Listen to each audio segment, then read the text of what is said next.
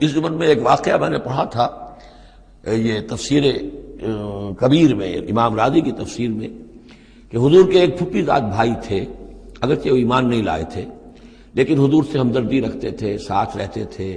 تعاون کرتے تھے، جہاں کہیں حضور جاتے تھے دل میں نرمی تھی ان کے، اور امید تھی حضور کو کہ حضور ایمان لے آئیں گے۔ لیکن جب آخری معاملہ یہ ہوا کہ جو سرداران قریش تھے انہوں نے گویا کہ ان کے اپنے زوم میں انہوں نے حجت قائم کر دی، اے نبی یہ معجزہ دکھا دو، اے محمد چلو مان لیں گے، چلو یہ نہیں دکھا سکتے یہ دکھا دو، یہ نہیں دکھا سکتے یہ دکھا دو، وہ سب سورہ بنی اسرائیل میں آئے گا۔ تو جب یہ ساری باتیں حضور نے کہا نہیں میرے اختیار میں نہیں ہے، یہ تو اللہ تعالیٰ کا فیصلہ ہے، اللہ جب چاہے گا دکھائے گا، میرے اختیار میں نہیں ہے۔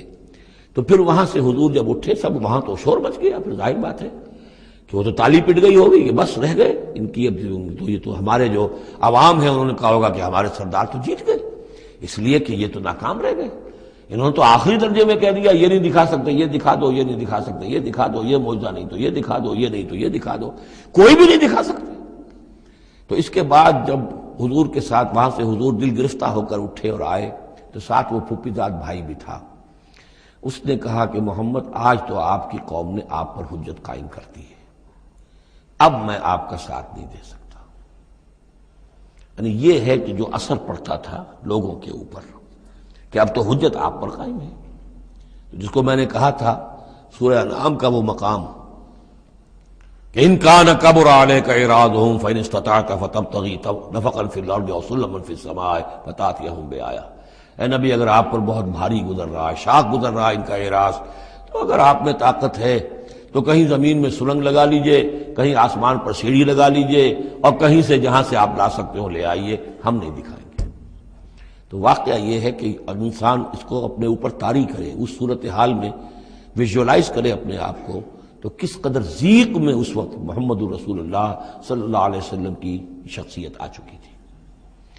وَإِذَا لَمْ تَأْتِهِمْ بِآيَةٍ، اور جب آپ نہیں لائے ان کے پاس کوئی نشانی، قَالُوا لَوْ لَاجْتَبَعْتَهَا، کیوں نہیں لے آئے کہیں سے؟ قُلْ إِنَّمَا أَتَّبِعُ مَا يُوحَىٰ إِلَيَّ، کہہ دیجئے میری حیثیت تو صرف یہ ہے کہ میں پیروی کر رہا ہوں اس کی کہ جو میری طرف وحی کی جا رہی ہے، اس سے بڑا میں نے دعویٰ نہیں کیا، نہ خدائی کا، نہ کوئی علم غیب کا دعویٰ کیا، نہ میں نے یہ کہا کہ اللہ کے خزانے میرے دستے تصرف میں ہیں، میں نے کوئی دعویٰ نہیں کیا۔ ھذا بصائر من ربکم، اور یہ تمہارے رب کی طرف سے بصیرت افروز باتیں ہیں جو میں تمہارے سامنے پیش کر رہا ہوں، میں خود پیروی کر رہا ہوں اس کی اور تمہارے سامنے پیش کر رہا ہوں۔ وَھدًى وَرَحْمَةٌ لِّقَوْمٍ يُؤْمِنُونَ، اور یہ ہدایت ہے اور رحمت ہے ان لوگوں کے حق میں جو ایمان لانے والے ہیں۔ وَإِذَا قُرِئَ الْقُرْآنُ فَاسْتَمِعُوا لَهُ وَأَنصِتُوا، اور جب قرآن پڑھا جا رہا ہو تو تم اسے پوری توجہ سے سنا کرو۔ سمع یسمع کے معنی سننا، اور استمع یستمع پوری توجہ کے ساتھ، ارتکاز توجہ کے ساتھ سننا، کان لگا کر، کان دھر کر سننا۔ وانصتوا، اور خود خاموش رہا کرو۔ اسی آیت کو دلیل بناتے ہیں وہ حضرات جو یہ سمجھتے ہیں کہ امام کے پیچھے جہری قرات میں پڑھنا نہیں چاہیے، اس لیے کہ ظاہر بات ہے کہ جب امام پڑھ رہا ہے تو آپ کو پوری توجہ سے امام کی قرات کو سننا چاہیے، خود پڑھنے کی طرف توجہ کریں گے تو پھر اس کے سننے کی طرف توجہ جو ہے وہ نہیں رہے گی۔ اور یہاں خاص حکم بھی ہے انصتوا، خود خاموش رہو، لعلکم ترحمون، تاکہ تم پر رحم کیا جائے۔ وَاذْكُرْ رَبَّكَ فِي نَفْسِكَ تَضَرُّعًا وَخِيفًا وَدُونَ الْجَهْرِ مِنَ الْقَوْلِ بِالْغُدُوِّ وَالْآصَالِ، اور اپنے رب کو یاد کرتے رہا کرو اپنے جی ہی جی میں، تضرعاً، عاجزی کرتے ہوئے، گڑ گڑاتے ہوئے۔ اس عاجزی اور گڑ گڑانے کی انتہا ہے وہ دعا جو میں نے نقل کی ہے، جو مسلمانوں پر قرآن مجید کے حقوق کے نام سے میرا کتاب چاہے اس کے آخر میں مقام عبدیت، اللہم انی عبدک وابن عبدک وابن امتک فی قبضتک ناصیتی بیدک ماض فی حکمک عدل فی قضاؤک۔ اے اللہ میں تیرا بندہ ہوں، غلام ہوں، میرا باپ بھی تیرا بندہ اور غلام تھا، میری ماں تیری ادنا کنیز تھی، میں تیرے قبضہ قدرت میں ہوں، میرے پورے وجود میں تیرا ہی حکم جاری و ساری ہے، اور تو جو بھی میرے بارے میں فیصلہ کرے عدل فی قضاؤک، وہ یقیناً حق پر اور عدل پر مبنی ہے۔ یہ عاجزی۔ اسألک بکل اسم هو لک، میں تجھ سے درخواست کر رہا ہوں تیرے ہر نام کے حوالے سے تیرا ہے،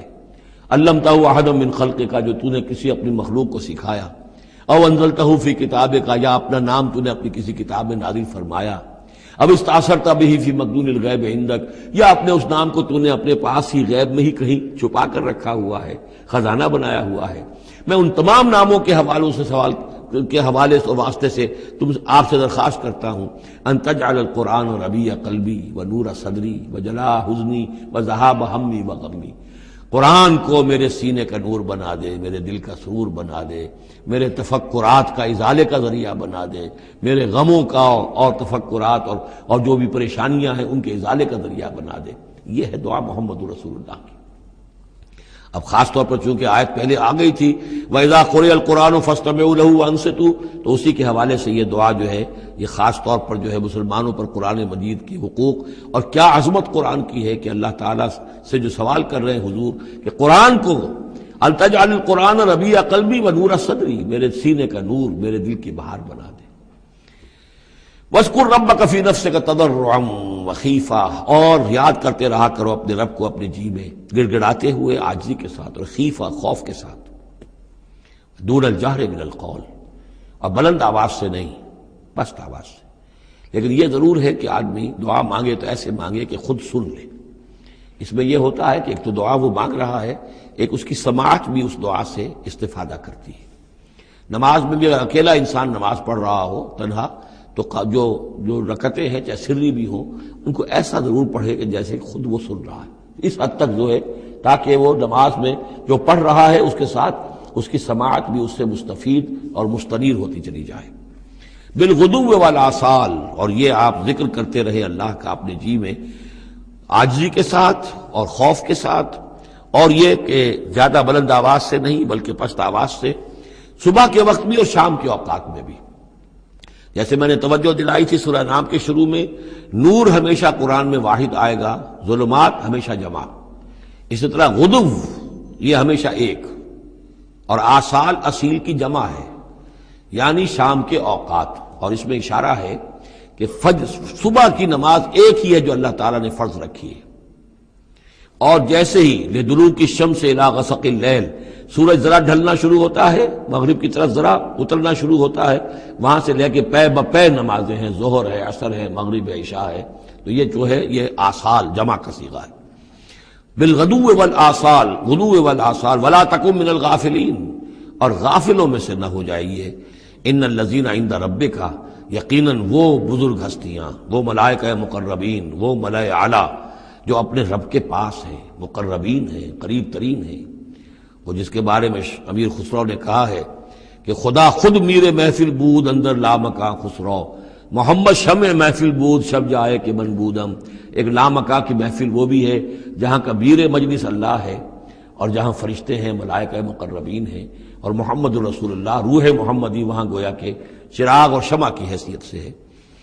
تو ان الذین عند ربک لا یستکبرون عن عبادتہ، وہ جو اس کے قریب ترین ہیں وہ بھی اس کی عبادت سے استکبار نہیں کرتے، استکبار کی بنیاد پر عبادت سے دستکش نہیں ہوتے۔ وَيُسَبِّحُونَهُ، اور اس کی تسبیح کرتے رہتے ہیں، وہ لہو یسجدون، اور اس کے لیے سجدے کرتے رہتے ہیں۔